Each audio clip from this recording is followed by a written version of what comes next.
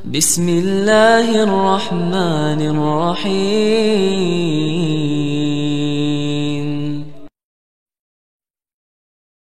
Assalamualaikum warahmatullahi wabarakatuh. Alhamdulillah, wassalatu wassalamu ala rasulillah. Maba'ad, teman-teman yang semoga dirahmati Allah subhanahu wa ta'ala.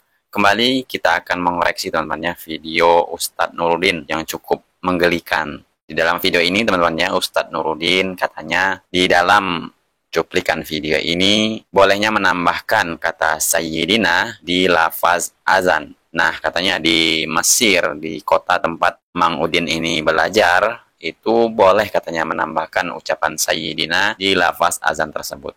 Padahal teman-temannya dari masa ke masa, dari waktu ke waktu, lafaz azan tidak ada perubahannya. Bahkan di seluruh pelosok Indonesia ini saja, lafaz azan belum ada terdengar teman-temannya tambahan Sayyidinanya. Tapi Mang Udin ini teman-temannya yang jauh-jauh belajar ke Mesir, itu katanya di sana boleh menambahkan kata-kata Sayyidina di lafaz azan tersebut. Dan coba langsung mari kita simak videonya. Di Mesir, guru saya kalau azan nih, azannya itu ditambahkan Sayyidana. Asyhadu an la ilaha illallah, asyhadu anna Sayyidana Muhammadur Rasulullah. Di azan itu ditambahin. Boleh nggak? Boleh. Karena azan itu tidak punya kesucian seperti halnya Al-Quran. Mang Udin ini mengatakan teman-temannya, azan itu katanya tidak memiliki kesucian seperti halnya Al-Quran. Jadi azan selama ini teman-temannya yang kita kumandangkan setiap waktu 5 kali dalam sehari, itu tidak memiliki kesucian. Padahal kita sangat konsisten teman-teman menjaga sholat kita. Apabila kita hendak melakukan sholat, kita kumandangkan azan dulu. Tapi Mang Udin ini mengatakan katanya azan itu tidak memiliki kesucian seperti hanya Al-Quran. Al-Quranul Karim memang kitab yang suci teman-teman ya. Tapi bukan berarti menafikan azan selama ini yang kita pakai itu tidak suci. Jadi Mang Udin ini asal ngelotos aja teman-teman ya. Bahkan justru penambahan Sayyidana itu bentuk penghormatan kita kepada Nabi supaya mukhalafah li ahlil bid'ah, supaya kita beda identitasnya dengan ahlul bid'ah. Nah ini lagi teman-teman ya, poin yang sangat penting perkataan dari Mang Udin ini. Ini katanya kata-kata Sayyidina itu sebagai penghormatan kepada Nabi Muhammad SAW. Itu juga pembeda di antara Mang Udin ini dengan ahlul bid'ah. Kalau saya mengatakan teman-temannya ini maling teriak maling. Mang Udin ini pura-pura nggak tahu atau gimana siapa sosok ahlul bid'ah itu sebenarnya. Namanya ahlul bid'ah teman-teman ya, itu orang-orang yang gemar atau gampang sekali membuat ritual-ritual baru di dalam agama Islam atau ibadah-ibadah baru di dalam agama Islam. Seperti halnya yang dikatakan oleh Mang Udin ini teman-teman ya, yaitu di tempatnya belajar di kota Mesir itu nggak apa-apa katanya menambahkan Sayyidina di saat lafaz azan.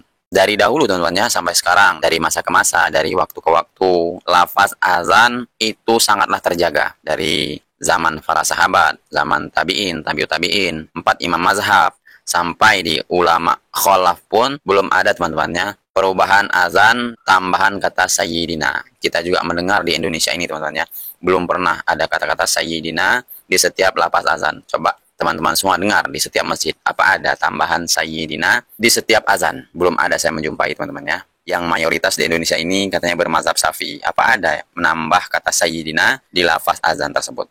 Nah ini Mang Udin mengatakan katanya ini suatu penghormatan kepada Nabi kita Muhammad SAW. Sebenarnya teman-teman sejatinya ini adalah penghinaan kepada Nabi kita tercinta yaitu Nabi Muhammad SAW, karena Mang Udin dan gurunya ini telah berani merubah-rubah syariat agama Islam. Yang mana lafaz azan ini teman-temannya pembeda di antara ibadah kita dengan orang-orang kufar, yang mana dahulu Rasulullah SAW melihat orang-orang Nasrani apabila mereka ingin ibadah, orang-orang Nasrani membunyikan lonceng. Dan di saat Rasulullah SAW melihat orang-orang Majusi ketika hendak beribadah mereka menyalakan api, jadi disitulah wahyu turun. Lalu Rasulullah SAW ingin membedakan tata cara ibadah kita dengan orang-orang kufar. Rasulullah SAW memerintahkan Bilal bin Rabah mengumandangkan azan.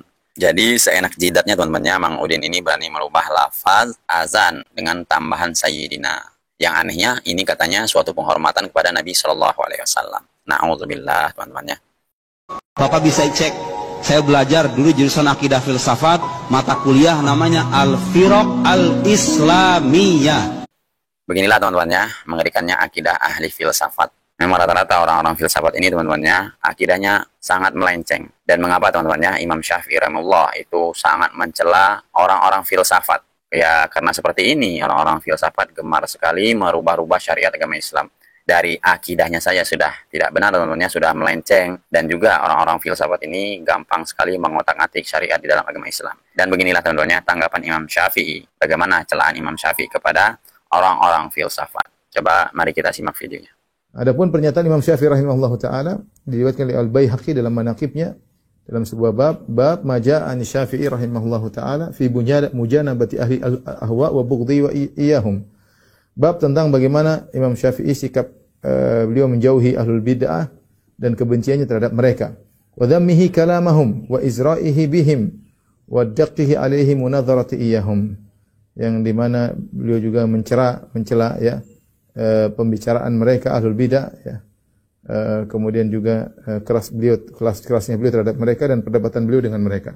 Kemudian Imam Baihaqi membawakan banyak riwayat menunjukkan sikap keras Imam Syafi'i terhadap bid'ah dan pelakunya. Di antaranya sebagai berikut, perhatikan.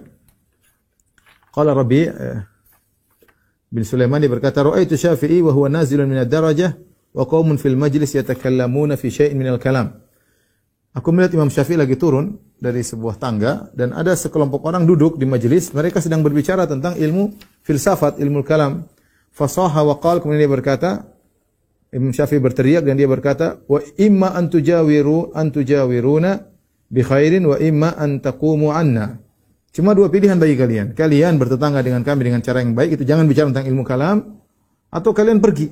Jangan tinggal bersama kami. Kalau mau bertetangga dengan kami, jangan bicara tentang ilmu kalam. Menunjukkan Imam Syafi'i tegas terhadap orang-orang yang sibuk bicara tentang ilmu mantik, ilmu kalam yang terutama berkaitan dengan teologi.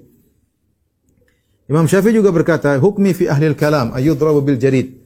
Hukumanku bagi orang yang belajar ilmu kalam adalah dipukul dengan pelepah korma. Wa yuhmalu 'alal ibil. Kemudian diletakkan di atas onta. Wa yutafu bihim fil qabail wal asyar. Kemudian diarak, diputar-putarin di kabilah-kabilah. Wa yunada alaihim, kemudian diserukan, "Hadza jazaa'u man tarakal kitab wa sunnah wa aqbal al-kalam." Inilah balasan bagi orang yang meninggalkan Al-Qur'an dan Sunnah, sibuk belajar ilmu kalam. Kemudian berkata juga, "Ma syai'un abghadu ilayya minal kalam wa ahlihi." Tidak ada perkara yang paling aku benci daripada ilmu filsafat dan ahli filsafat ya.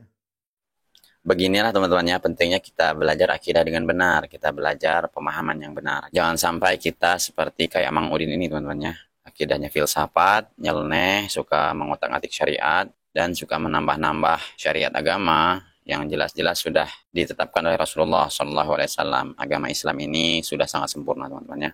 Tidak perlu ditambahi ataupun dikurangi.